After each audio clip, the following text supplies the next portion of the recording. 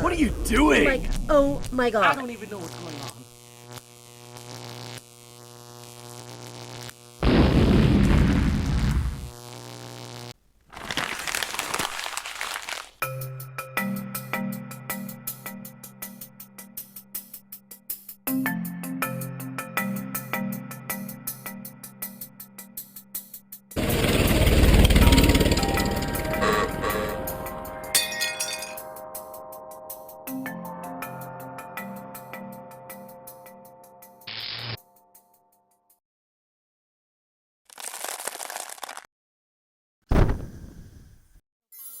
Don't forget their gift cards at RitaYanez.com, and so am I. Under your bed. Turn on the light! Turn on the light! Turn on the light!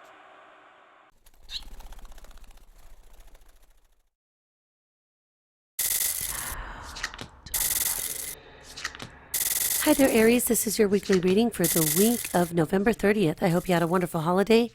Hope it wasn't too filled with dysfunction. Mine had some. Seems like I can't get by without one. On Monday, the card that you've drawn is the Judgment card, and this is a card that's just reminding you that there are some forces at play that are beyond your control, okay? So anytime the major arcana cards show up, we understand that there's something going on that we can't really do anything about. It's almost like as if major situations are outside our control. Now, of course, being major, it could be subjective. What you and I think might be a major problem could be very different, but still this is on a level that's relative to you, meaning that if there's something going on that is so significant it shows up as a situation governed by the Judgment card, then it's probably a pretty big deal. I hope that at least starting off this new week, where we're going into the first week of December, which is going to be much better than the last week of November, that things work out for you too. Tuesday, we've got the Queen of Wands in reverse. The Queen of Wands in reverse is pretty annoying. So this could be a fire sign like yourself, Aries, Leo, Sagittarius, or just somebody that has those traits.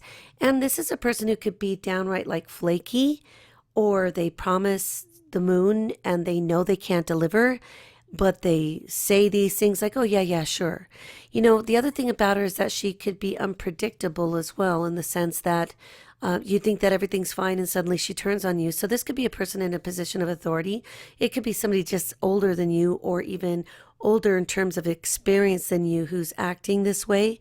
You know, I could totally see a older sister, half-sister, stepsister, mother, aunt, godmother, you know, somebody who's just kind of acting somewhat like they've got authority issues, you know, where either they have a complex or they're trying to exert authority on people. So I would just kind of let her blow off. The reason why I don't think it's worth messing with, you know, unless there's something going on where you're in danger, you're being hurt or abused, you know, that kind of thing. That's different. You got to get help. You know, somebody at school, or 911 on your cell phone, or any phone that you can get to so you could talk to somebody. They'll know what to do with you. Mercury is in Sagittarius, which is your solar 9th house, trining Uranus in Aries, your solar 1st house. So that says that there could be something unpredictable here, and it could be related to this Queen of Wands in reverse.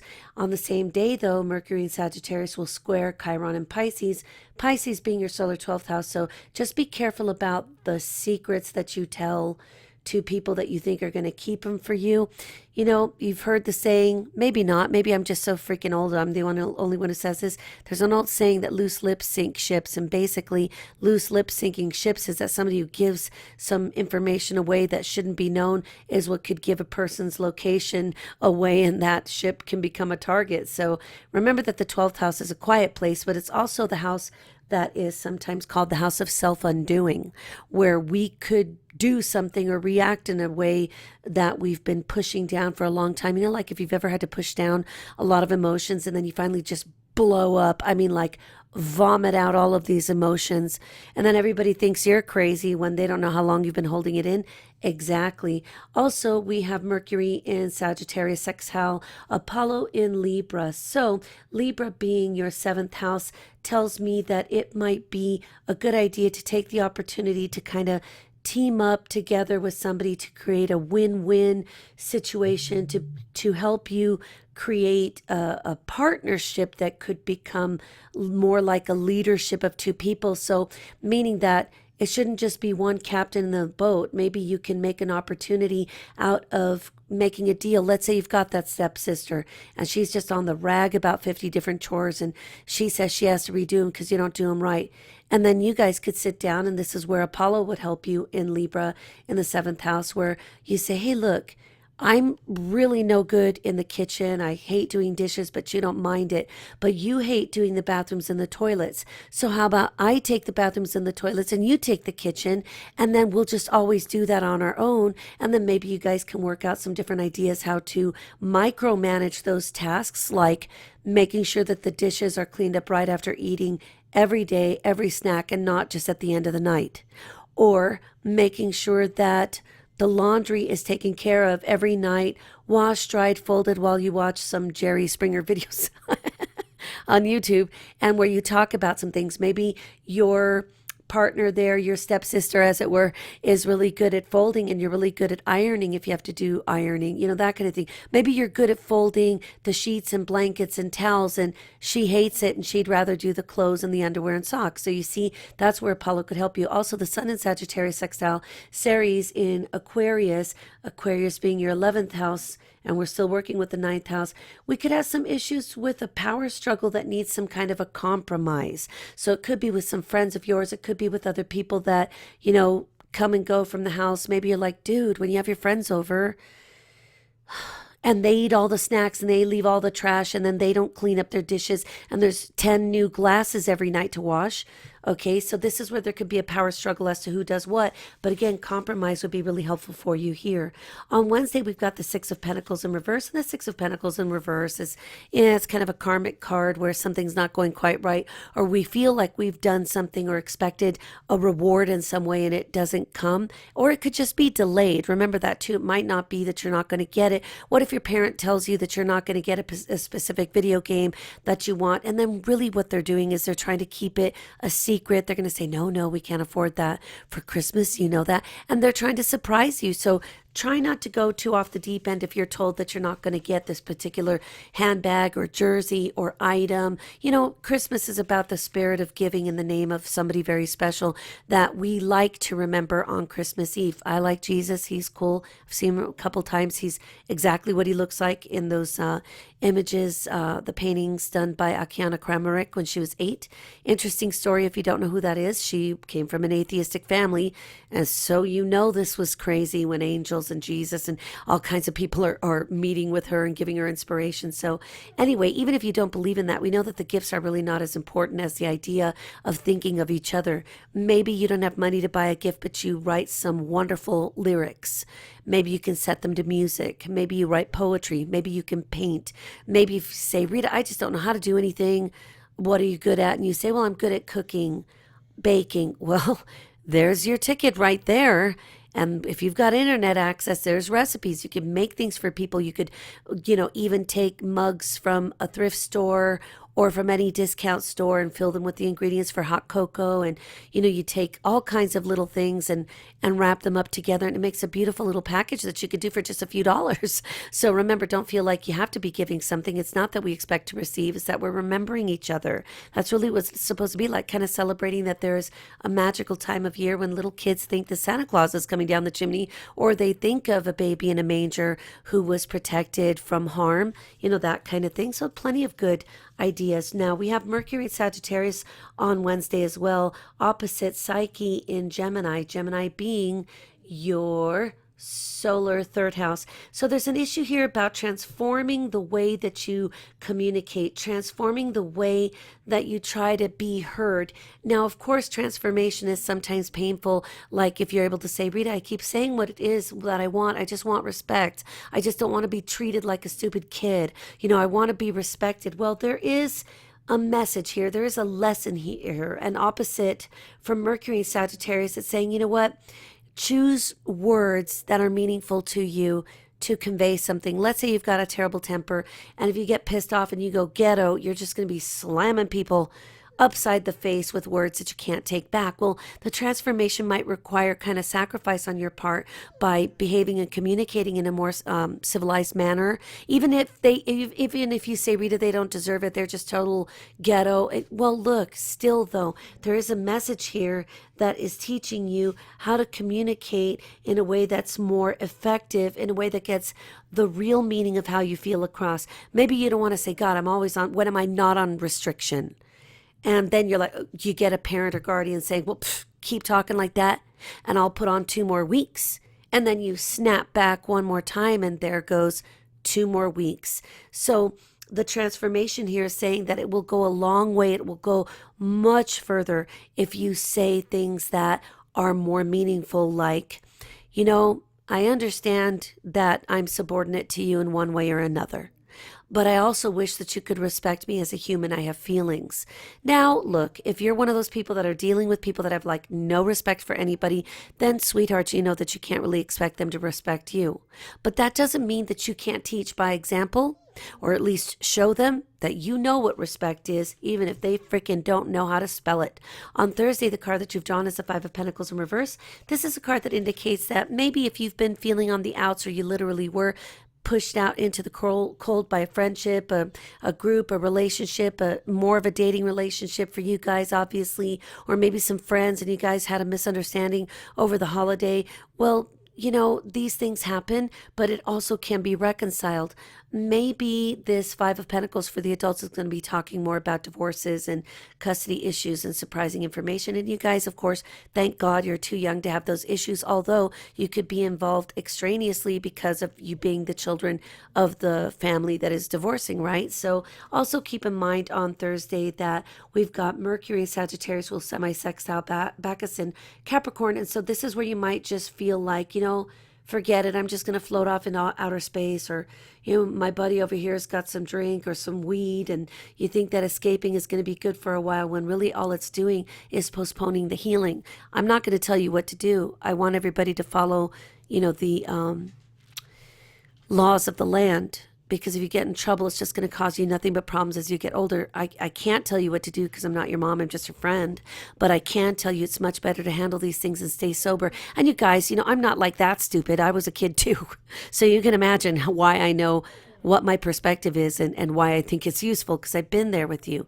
I've been there. I've done that. So understand here that if you feel the need to somewhat escape, that maybe the better idea would be to transform rather than escape. Transform your emotions into writing, poetry, songs, singing, rapping, dancing, art, whatever, meditation, attempting to travel outside your body, that kind of thing. Hey, look, and I'm already trippy enough, and I can guarantee you can figure out how to do this without drugs. If I can, anyone can. I'm like a lump of lead in the universe.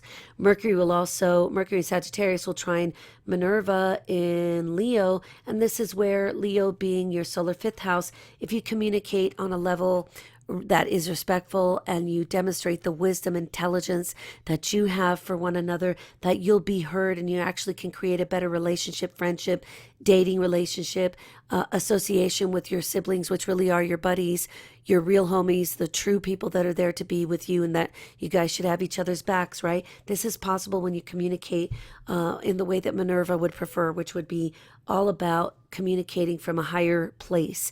You know, don't be afraid to show your intellect. Don't be afraid to show your wisdom.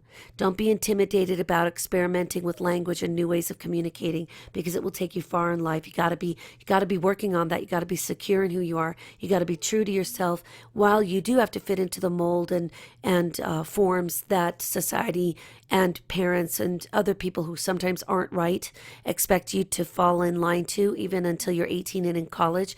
You'll be fine when you do this. Mercury Sagittarius will sextile Cupid in Libra, where Libra for you, again, being the 7th house, which would be one of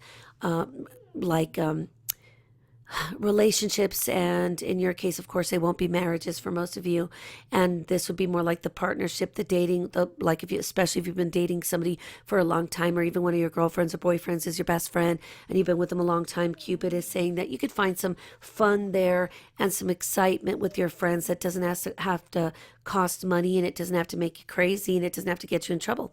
Friday, we've got the Ten of Pentacles, and this is a card that indicates things are starting to even out. You may not be able to really make sense of what happened in your family, especially if within your groups of families and friends and that kind of thing, even people that we don't always want to call family or friends, that, the real lasting effect of anything in any relationship is the idea that we feel that we want to be committed to each other, that we want to be friends with each other, that even if we feel we have to tolerate each other at times, that we can do it because we realize that blood is thicker than water. Now, not everybody agrees with that, and there's plenty of instances when we can't have a relationship with a parent for one reason or another, sibling for one reason or another, but as long as you remember that family isn't necessarily defined by what society says it is, you'll be fine. This is also the day when Mercury Sagittarius squares Jupiter and Virgo, and in that case, of course, Virgo being your sixth house, there could be an issue with maybe somebody that you interact with every day, people that you have to make these compromises with in order to keep things flowing smoothly.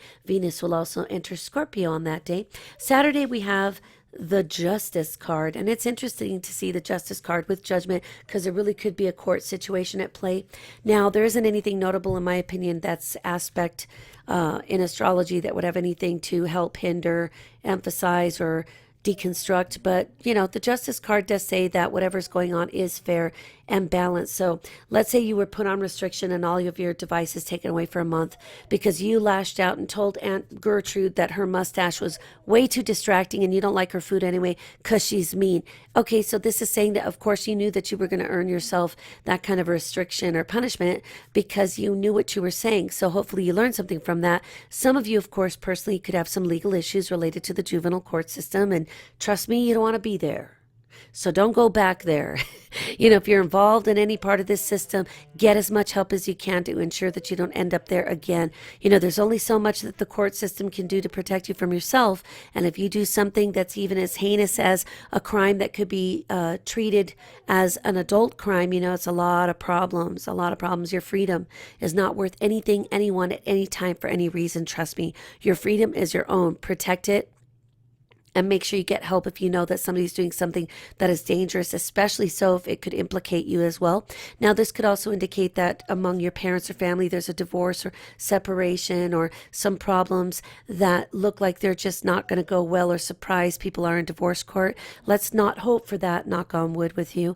But, whatever it is fair and balanced, and it's like almost unavoidable that sooner or later this would happen. So on Sunday, we've got the Fool card, and this is a card that indicates, of course, again, a new start in some direction that makes you feel good about the future again. For the adults, it's a little more dangerous because they may be missing some details. The great thing about being young is that you see the details and you actually can do bullet time better than the adults can. And if you've ever listened to any of my lectures, you know that bullet time is something that I drew upon from the movies The Matrix, and how once Neo, Keanu Reeves, was able to understand that he was in the Matrix and that the laws of physics, all of the laws that he thought were natural and around him, were not. It was part of a construct, basically a program running. And once he realized that, he was able to slow down time and hold it still so that he could do things like pull bullets out of the air. You guys are more able to do that than the adults can, because usually, even especially so with adult Aries, they tend to go too far too fast. They open their mouths, they spill everything out. All of a sudden they've taken an action that they realize later maybe they shouldn't have gotten involved with somebody else's problems, or they shouldn't have been fixing somebody's issues that weren't theirs to begin with. And so with you guys, I think it's more reminiscent of the Sun in Sagittarius is sextiling Mars in Libra, so this gives you the energy to kind of start over and to start off with a clean slate, or you and your best buddy or girlfriend, boyfriend, you and your best friend, which could be one of your siblings or one of your parents, where you say, you know what, dude, let's just start all over. We can do this. What does it matter? In the future, this is going to look like a blink in a moment in time, so it won't be just such a big deal. And also the Sun in Sagittarius will Semi-sextile Pluto and Capricorn being your 10th house. So I think that you've got the energy here to make some corrections that everybody could benefit from. Also, Mercury and Sagittarius will square Hygeia in Virgo, which is your 6th house. And this is where I think you learn how to keep problems from happening. Like, let me just use the example, not to embarrass anybody because, dude, things happen, but where a person has gotten in trouble with the law and they've been involved in the juvenile court system, Hygeia here in Virgo is going to teach you how to prevent these things from occurring to begin with. Also, Mars and Libra squaring Pluto in Capricorn will again in your 10th house teach you how to take action without going overboard and making sure it's an action and not a reaction, Aries. So I'll be talking to you soon. Thank you so much for your love. I love you back.